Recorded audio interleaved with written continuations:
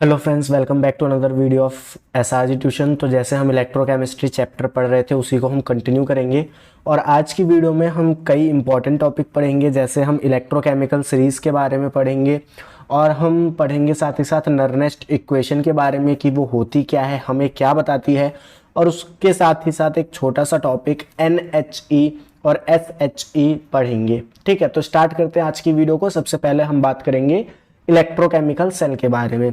तो अगर मैं आपसे पूछूं या आप मेरे से पूछो कि इलेक्ट्रोकेमिकल सेल होता क्या है, तो इलेक्ट्रोकेमिकल सेल दो वर्ड से मिलकर बना है, एक इलेक्ट्रो और एक केमिकल। तो इलेक्ट्रोकेमिकल सेल एक ऐसा सेल होता है जिसमें हम केमिकल एनर्जी का यूज करते हैं। मतलब जो भी रिएक्शन हो रही है उस केमिकल रिएक्शन में से जो भी एनर्जी प्रोड्यूस हो रही है उस एनर्जी को कन्वर्ट करते हैं इलेक्ट्रिकल एनर्जी में, और इसी सेल को हम बोलते हैं इलेक्ट्रोकेमिकल सेल। जैसे जो आप अपने घर पे नॉर्मली सेल यूज करते हो रिमोट में, वो एक इलेक्ट्रोकेमिकल सेल है, या आप घड़ी में जो छोटा सा सेल लगाते हो वो इलेक्ट्रोकेमिकल सेल है। ठीक है, सो हम इलेक्ट्रोकेमिकल सेल के बारे में पढ़ते हैं और देखते हैं कि इलेक्ट्रोकेमिकल सेल बनाई कैसे जाती है। इलेक्ट्रोकेमिकल सेल में हम दो कंटेनर लेते हैं और उसमें दो इलेक्ट्रोड को डिप कर देते हैं। दो कंटेनर लेते हैं, उनमें दो इलेक्ट्रोड को डिप कर देते हैं और हमने जो इलेक्ट्रोड डाली है उसी इलेक्ट्रोड का एक इलेक्ट्रोलाइटिक सॉल्यूशन हम उस कंटेनर में डाल देते हैं। जैसे मैंने यहाँ पे जिंक लिया है तो इस कंटेनर के अंदर जो मैंने सॉल्यूशन लिया है वो है जिंक सल्फेट का। यहाँ पे मैंने कॉपर लिया है तो यहाँ पे मैंने जो सॉल्यूशन लिया है इस कंटेनर में वो है कॉपर सल्फेट का। और मैंने इन दोनों को एक वोल्ट मीटर से या एक एमीटर से जोड़ दिया है। साथ ही साथ मैंने यहाँ पे एक सॉल्ट ब्रिज लगा दिया है। अब ये सॉल्ट ब्रिज का क्या फंक्शन होता है इसको अभी हम थोड़ा आगे देखेंगे। आप बस यहाँ पे ये समझो कि सॉल्ट ब्रिज लगाने का यहाँ पे हमारा जो मेन मकसद होता है वो होता है कि हमारा एक सर्किट कंप्लीट हो जाए ताकि जो करंट है वो फ्लो हो सके।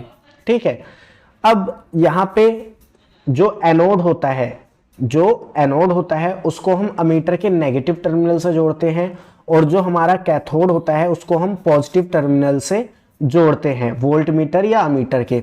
अब आप बोलोगे कि ये एनोड और कैथोड तय कैसे होता है, तो ये इलेक्ट्रोकेमिकल सीरीज देख के तय होता है कि इलेक्ट्रोड क्या है, एनोड क्या है। ठीक है, या फिर हम ये भी चेक करते हैं कि किसमें ऑक्सीडेशन होगी किसमें रिडक्शन होगी, वो भी आपको इलेक्ट्रोकेमिकल सीरीज से ही पता चलता है। तो इलेक्ट्रोकेमिकल सीरीज आना जरूरी है। अब मान लो कि एनोड पे जो जिंक है उसकी ऑक्सीडेशन हो रही है। मतलब ये जो जिंक इलेक्ट्रोड है ये अपने इलेक्ट्रॉन लूज कर रहा है और इलेक्ट्रॉन लूज करने को हम क्या बोलते हैं, ऑक्सीडेशन। तो इसमें क्या हो रही है, ऑक्सीडेशन हो रही है इतने पार्ट में, तो इतने पार्ट को हम बोलेंगे ऑक्सीडेशन हाफ सेल। ठीक है, और यहाँ पे इलेक्ट्रॉन लूज कर रहा है जिंक, तो इक्वेशन क्या होगी कि Zn से Zn2+ और दो इलेक्ट्रॉन लूज हो रहे हैं। वहीं अगर मैं बात करूं कैथोड की, किसकी बात करूं, कैथोड की, तो कैथोड पे कॉपर इलेक्ट्रॉन गेन कर रहा है। जो कॉपर का आयन है वो इलेक्ट्रॉन गेन कर रहा है। मतलब इस CuSO4 में ये जो मैंने सॉल्यूशन डाला है इसमें कॉपर 2+ और SO4 2 नेगेटिव की फॉर्म में प्रेजेंट होगा, है ना। और ये दो इलेक्ट्रॉन है इसको ये गेन करेगा और कॉपर बनाएगा तो यहाँ पे डिपोजिशन कॉपर का चालू हो जाएगा। तो इलेक्ट्रॉन का जो गेन होना होता है उसे हम बोलते हैं रिडक्शन। गेन ऑफ इलेक्ट्रॉन क्या कहलाता है, रिडक्शन। तो इस सेल को हम बोलेंगे रिडक्शन हाफ सेल। क्या बोलेंगे, रिडक्शन हाफ सेल।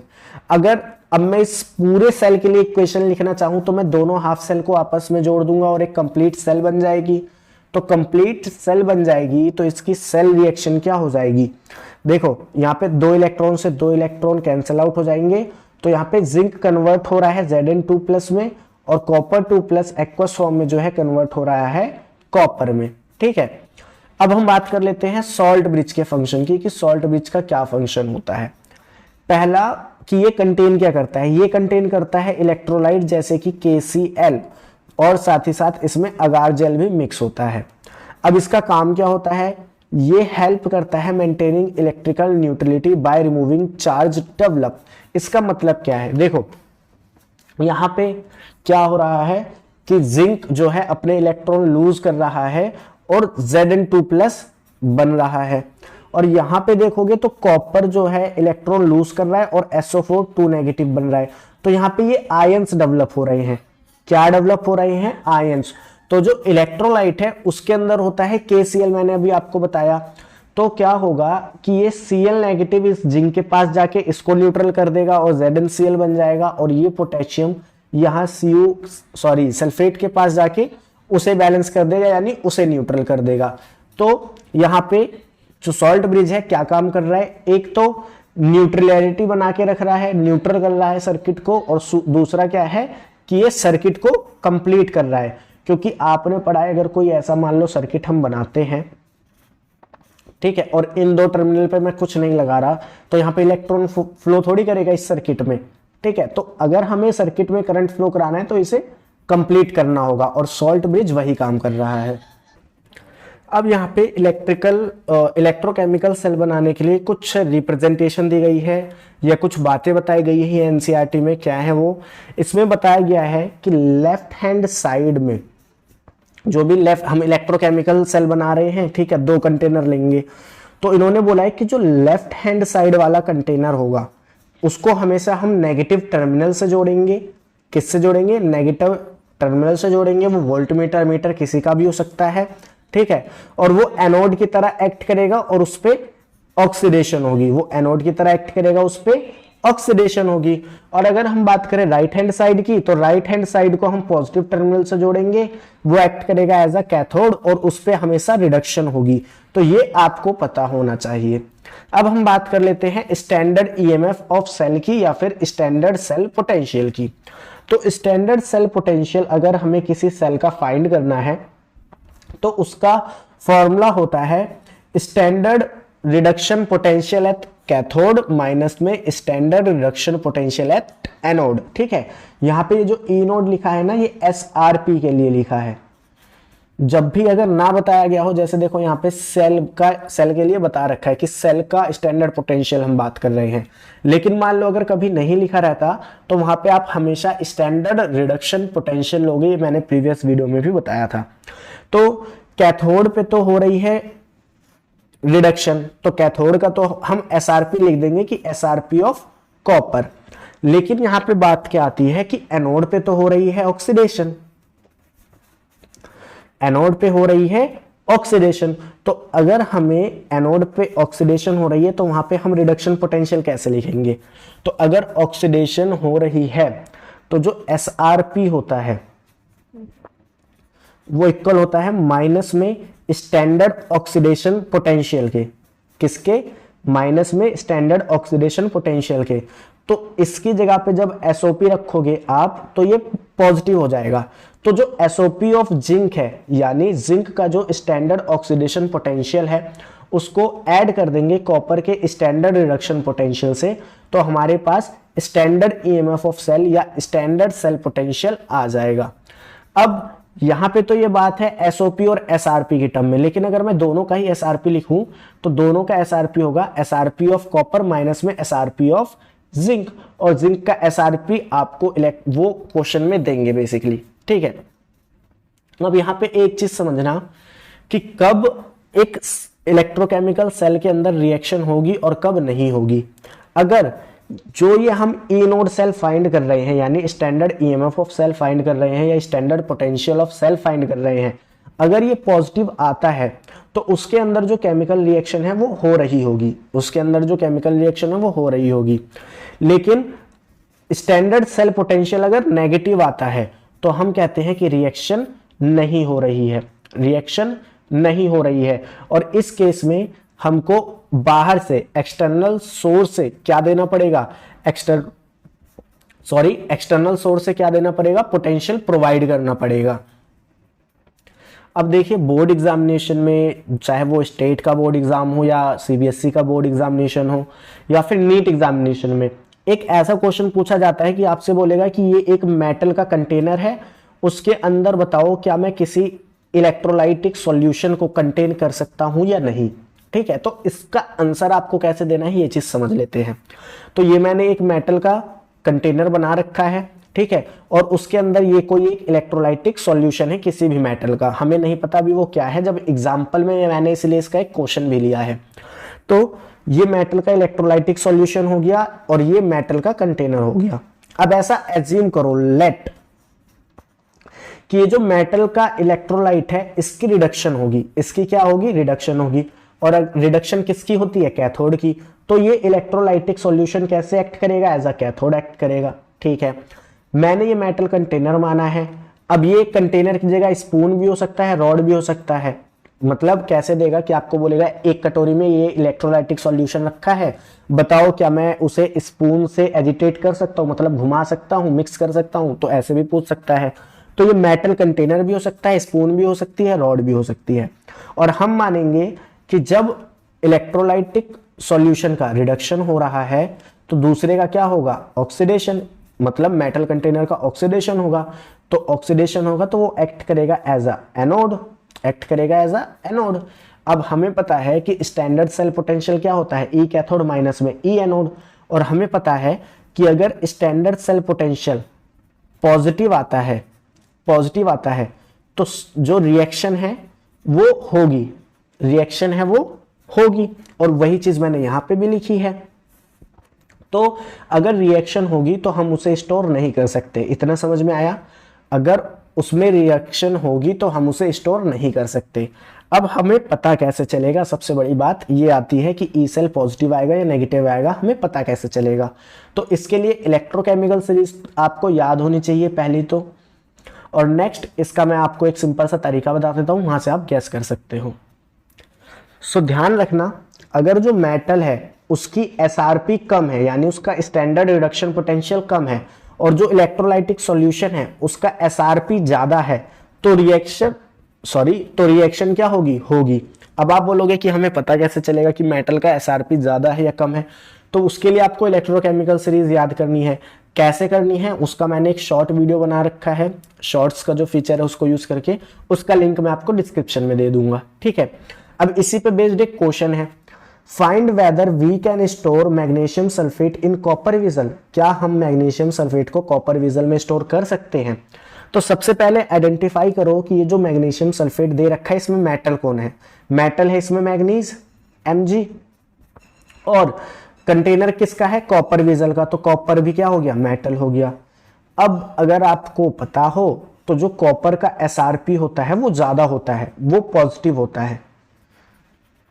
क्योंकि इलेक्ट्रोकेमिकल सीरीज पढ़ोगे, ली के काका ने मांगी कार जमीन अलमारी मनी, ठीक है, ये सब पढ़ोगे, सीडी को नहीं सिने, तो उसमें जब पढ़ोगे ना तो लास्ट कॉपर जो है लास्ट में आता है, मतलब लास्ट में नहीं, हाइड्रोजन के बाद आता है, और हाइड्रोजन का जीरो होता है, और हाइड्रोजन के बाद जो भी आते हैं उनका पॉजिटिव होता है। तो कॉपर का हम पॉजिटिव मानते हैं एसआरपी, कॉपर का एसआरपी क्या होता है, पॉजिटिव होता है।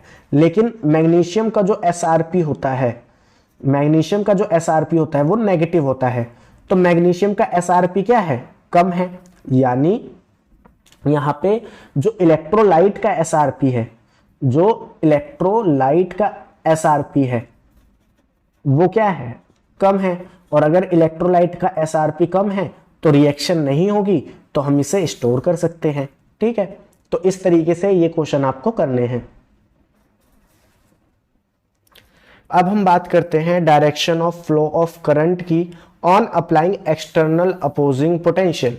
जब हम बाहर से कोई पोटेंशियल देते हैं तो करंट की क्या डायरेक्शन होगी। ठीक है, तो पहला केस हम ये ले रहे हैं कि जो हम एक्सटर्नल बाहर से जो पोटेंशियल दे रहे हैं, बैटरी का यूज करके जो पोटेंशियल दे रहे हैं वो सेल पोटेंशियल से कम है। यहां पे पहले हम कम की कंडीशन लेंगे, सेल पोटेंशियल क्या है, अभी कम है। जो बाहर से हम सेल पोटेंशियल दे रहे हैं वो कम है। तो इस केस में होगा क्या, जो नॉर्मल इलेक्ट्रोकेमिकल सेल की रिएक्शन होती थी वही होगी। तो क्या होगा, कॉपर यहां पे डिपॉजिट होगा, कॉपर यहां पे डिपॉजिट होगा, और जिंक क्या होगा, डिसॉल्व होगा। जिंक क्या होगा, डिसॉल्व होगा। इलेक्ट्रॉन कौन देगा, जिंक देगा, क्योंकि जिंक पे तो ऑक्सीडेशन होता है, और Zn यहां पे Zn से Zn2 प्लस और 2 इलेक्ट्रॉन बनते हैं, तो इलेक्ट्रॉन यहां से मूव करेंगे यहां। तो इलेक्ट्रॉन अगर जिंक टू कॉपर मूव करेंगे तो करंट की डायरेक्शन अपोजिट होगी, यानी कॉपर टू जिंक होगी। तो यहां पे देखो मैंने बताया है, electron flow from zinc to copper, zinc से कॉपर की तरफ इलेक्ट्रॉन मूव करेंगे, Cu deposit at copper electrode और जिंक जो है डिसॉल्व होगा जिंक इलेक्ट्रोड पे और करंट जो है फ्लो करेगा कॉपर से जिंक की तरफ opposite to the direction of electron. ये आप फिजिक्स में भी पढ़ते हो कि करंट की डायरेक्शन इलेक्ट्रॉन के डायरेक्शन के अपोजिट होती है। सेकंड कंडीशन लेते हैं हम कि एक्सटर्नल सेल जो है, जो हम बाहर से सेल पोटेंशियल दे रहे हैं वो सेल पोटेंशियल के बराबर हो जाए। मतलब जो एक्सटर्नल, जो बाहर से हम पोटेंशियल दे रहे हैं वो इस पूरे सेल के पोटेंशियल के बराबर हो जाए, मतलब जो इंटरनल इसका सेल का पोटेंशियल है उसके बराबर हो जाए। तो ऐसे केस में कोई भी इलेक्ट्रॉन फ्लो नहीं करेगा क्योंकि केमिकल रिएक्शन ही रुक जाएगी। ठीक है, तो यहां पे नो केमिकल रिएक्शन। तीसरा हम कंडीशन लेते हैं कि जो एक्सटर्नल हम पोटेंशियल दे रहे हैं वो सेल पोटेंशियल से ज्यादा है। तो ऐसे कंडीशन में क्या होगा, नॉर्मल कंडीशन में इलेक्ट्रॉन फ्लो करता था जिंक टू कॉपर।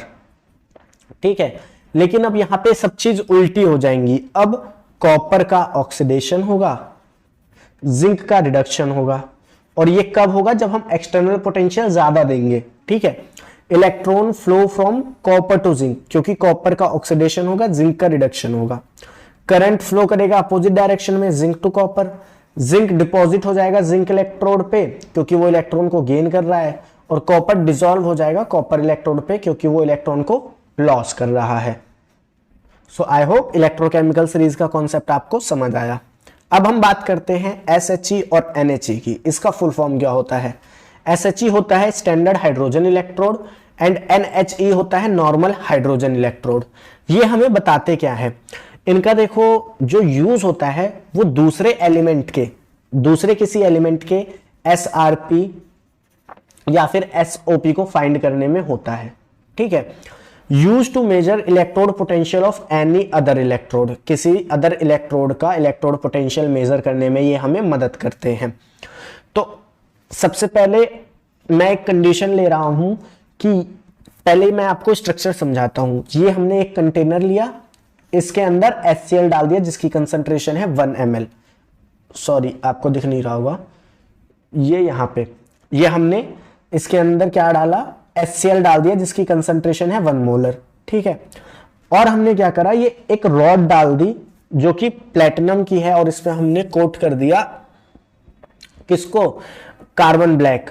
और हम क्या कर रहे हैं, यहां से एक बार प्रेशर के साथ H2 गैस पास करा रहे हैं।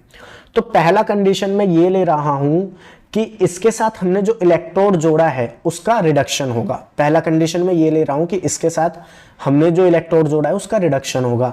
अगर उसका रिडक्शन होगा तो इसका ऑक्सीडेशन होगा, और ऑक्सीडेशन होगा तो होगा क्या, ये H2 गैस अपने इलेक्ट्रॉन लूज करेगी तो 2 प्रोटॉन प्लस 2 इलेक्ट्रॉन बनेंगे।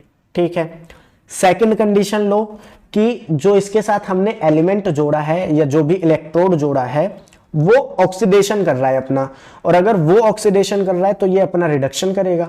तो ये अगर अपना रिडक्शन करेगा तो ये जो HCl है इसमें H plus Cl minus present होंगे, तो ये H प्लस इलेक्ट्रॉन को गेन करके हाइड्रोजन गैस बना देगा। ये दोनों कंडीशन हो गई। तो अगर मेरे को E नोड सेल लिखना है, यानी इसके साथ जो भी हम इलेक्ट्रोड जोड़ेंगे उसको बना के जो सेल बनेगी उसका सेल पोटेंशियल लिखना है, तो वो होगा cathode minus anode, cathode minus anode. किसकी बात हो रही है, SRP की, standard reduction potential at cathode minus में standard reduction potential at anode. तो होता क्या है, हाइड्रोजन का जो SRP होता है, हाइड्रोजन का जो SRP होता है वो हम 0 मानते हैं। ये जब इलेक्ट्रोकेमिकल सीरीज पढ़ी थी हमने तो भी हमने बताया था, क्योंकि हमें देखो किसी चीज से किसी चीज को मेजर करना है तो किसी चीज को तो हमको क्या कहते हैं उसे एक आइडियल मानना पड़ेगा ना। तो यहाँ पे हम हाइड्रोजन को मान लेते हैं कि 0 है, तो 0 माइनस में E नोड। तो जो सेल पोटेंशियल आएगा, जो स्टैंडर्ड सेल पोटेंशियल आएगा वो इक्वल होगा माइनस में E नोड एनोड के, यानी माइनस SRP के। ठीक है, किस कंडीशन में, अगर इसका क्या हो रहा होगा, अगर इसका रिडक्शन हो रहा होगा, किसका, हाइड्रोजन का। ठीक है, तो ये हम यूज करते हैं। अब हम बात करते हैं इलेक्ट्रोकेमिकल सेल रिप्रेजेंटेशन की। तो मैंने आपको पहले भी बताया है, लेफ्ट हैंड साइड पे एनोड होता है जिसकी ऑक्सीडेशन होती है, राइट हैंड साइड पे कैथोड होता है जिसकी रिडक्शन होती है। यहाँ पे जो दो डंडे होते हैं ये रिप्रेजेंट करते हैं सॉल्ट ब्रिज को। किसको? सॉल्ट ब्रिज को। जिस भी मेटल की ऑक्सीडेशन हो रही है उसको जनरलाइज करने का एक तरीका हम लिखते हैं कि मेटल सॉलिड से जा रहा है एक्वस फॉर्म में, और रिडक्शन हो रही है तो हम लिखते हैं कि जो मेटल एक्वस फॉर्म में है वो जा रहा है मेटल सॉलिड फॉर्म में। तो यहां पे हमने अभी जो पढ़ी थी वो था Zn प्लस Cl2 पॉजिटिव से जिंक 2 प्लस Cl2 पॉजिटिव हो रहा था। ठीक है, सॉरी यहां पे Cl बन रहा था, 2 पॉजिटिव नहीं हो रहा था। तो इसका कैसे रिप्रेजेंट करेंगे हम? जिंक सॉलिड से गया जिंक एक्वस की फॉर्म में, यहां पे एक्वस लिख देते हैं, और कॉपर एक्वस से गया कॉपर सॉलिड की फॉर्म में। और ये दो लाइन क्या रिप्रेजेंट कर रही हैं? ये दो लाइन रिप्रेजेंट कर रही हैं सॉल्ट ब्रिज को। आई होप आपको समझ आ गया कि सेल रिप्रेजेंटेशन करना कैसे है। लेफ्ट हैंड साइड पे हम वो रखेंगे जिसका ऑक्सीडेशन हो रहा है हमेशा, और राइट हैंड साइड पे वो रखेंगे जिसका रिडक्शन हो रहा है हमेशा। और रिप्रेजेंट करने का तरीका बता दिया कि रिडक्शन में Mn प्लस से M की फॉर्म में जाएगा, और ऑक्सीडेशन में M की फॉर्म से Mn प्लस की फॉर्म में जाएगा।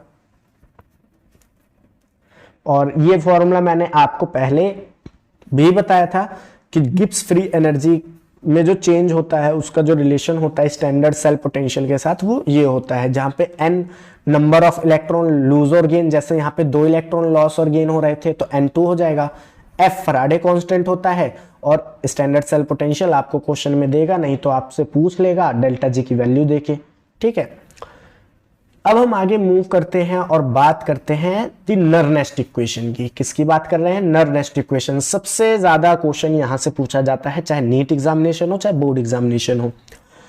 Effect of temperature and concentration on electrode potential. ये हमें बताता है कि इलेक्ट्रोड पोटेंशियल पे क्या इफेक्ट पड़ेगा अगर हम टेम्परेचर और कंसंट्रेशन को चेंज कर दें।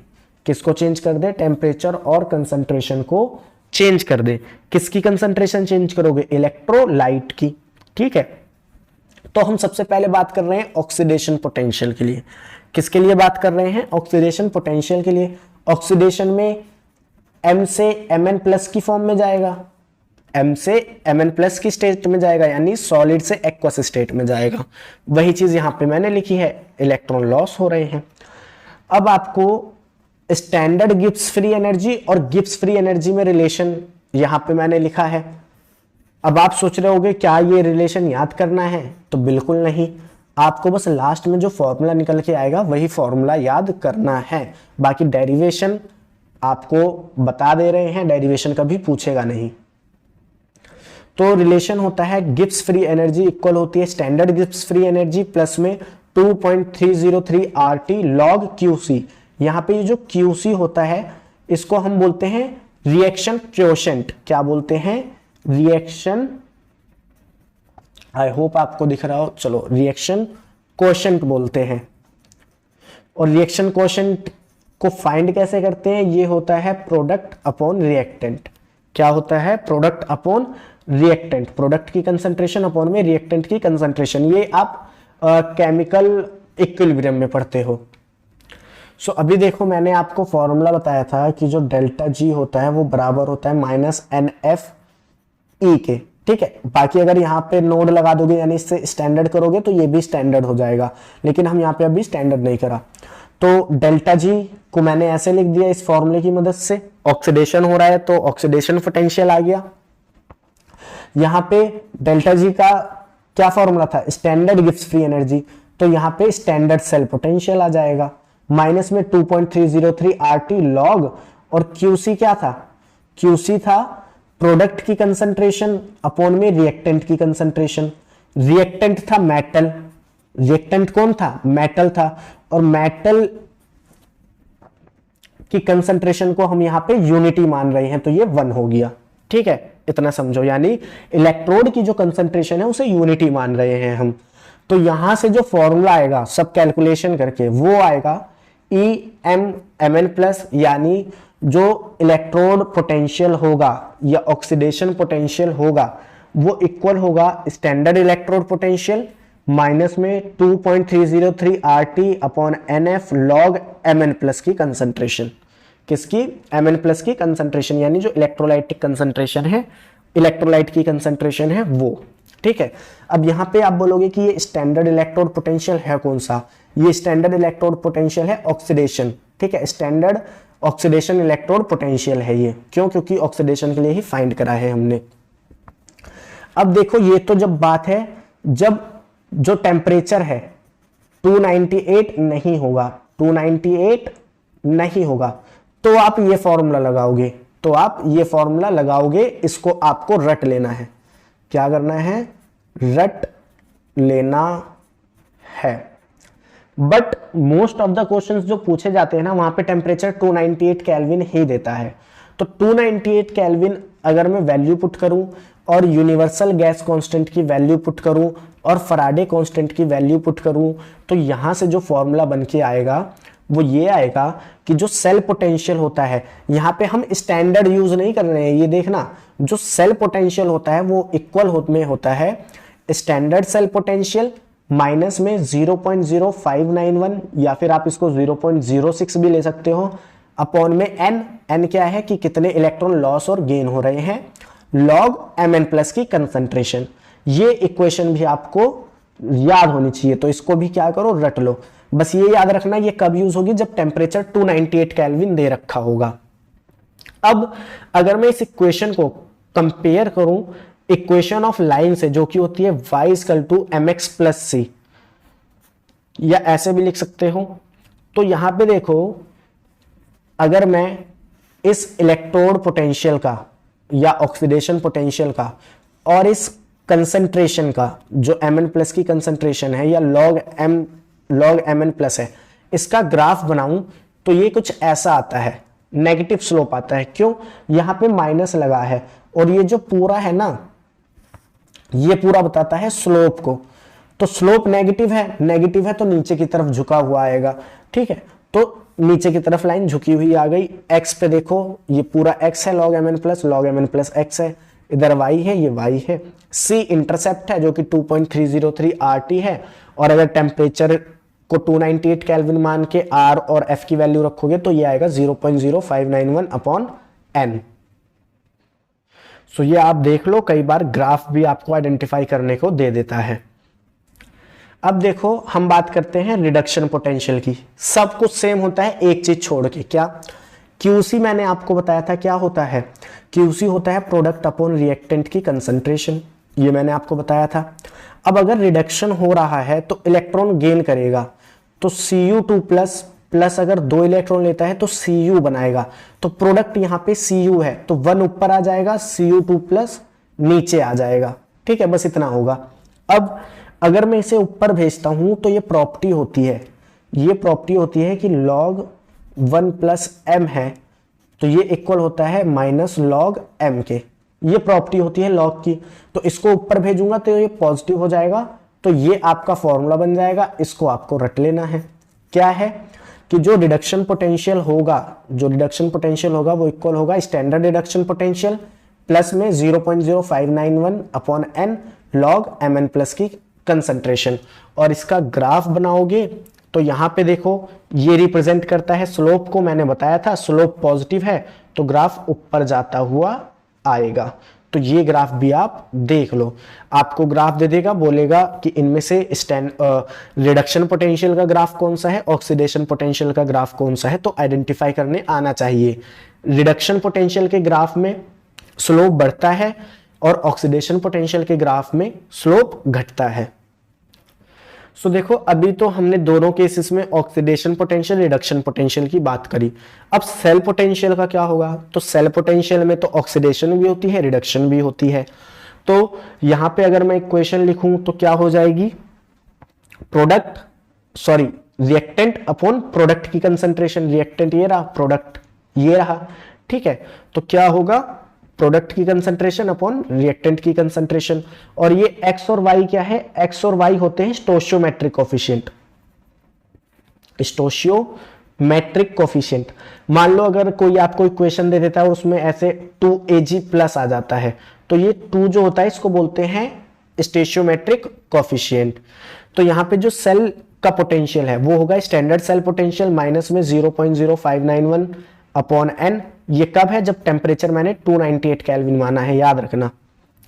Log P X upon R Y, ठीक है, यानी रिएक्टेंट की कंसंट्रेशन और ये क्या है? प्रोडक्ट की कंसंट्रेशन है।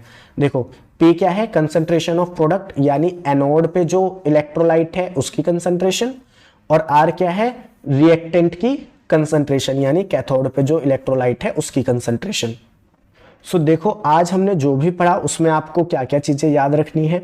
उसमें आपको सेल रिप्रेजेंटेशन से क्वेश्चन बनता है, सेल रिप्रेजेंटेशन से क्वेश्चन बनता है।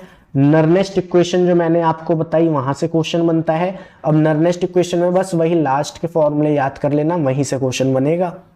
और अगर मैं बात करूं तीसरा, तो तीसरा आपका क्वेश्चन बन सकता है, बस मेन क्वेश्चन आज की वीडियो में इन्हीं दो चीजों से बनेंगे, ठीक है। इलेक्ट्रोकेमिकल सेल से उतना ज्यादा नहीं पूछता, क्योंकि सेल रिप्रेजेंटेशन में ही इलेक्ट्रोकेमिकल सेल का एप्लीकेशन लग जाता है। और जो मैंने आपको एक स्पेशल क्वेश्चन बताया था कि कंटेन कर सकते हैं या नहीं, वहां से क्वेश्चन बनता है। तो आई होप तीनों ही टॉपिक आपको समझ में आए होंगे। कौन कौन से? इलेक्ट्रोकेमिकल सेल, नर्नेस्ट इक्वेशन और स्टैंडर्ड हाइड्रोजन इलेक्ट्रोड पोटेंशियल कैसे मेजर करा जाता है। सो मिलते हैं नेक्स्ट वीडियो में, जिसमें हम डिफरेंट टाइप ऑफ सेल्स पढ़ेंगे, प्राइमरी सेकेंडरी, इलेक्ट्रोकेमिकल सेल पढ़ेंगे, हाइड्रोजन फ्यूल सेल पढ़ेंगे। तो मिलते हैं नेक्स्ट वीडियो में, तब तक के लिए थैंक्स फॉर वॉचिंग।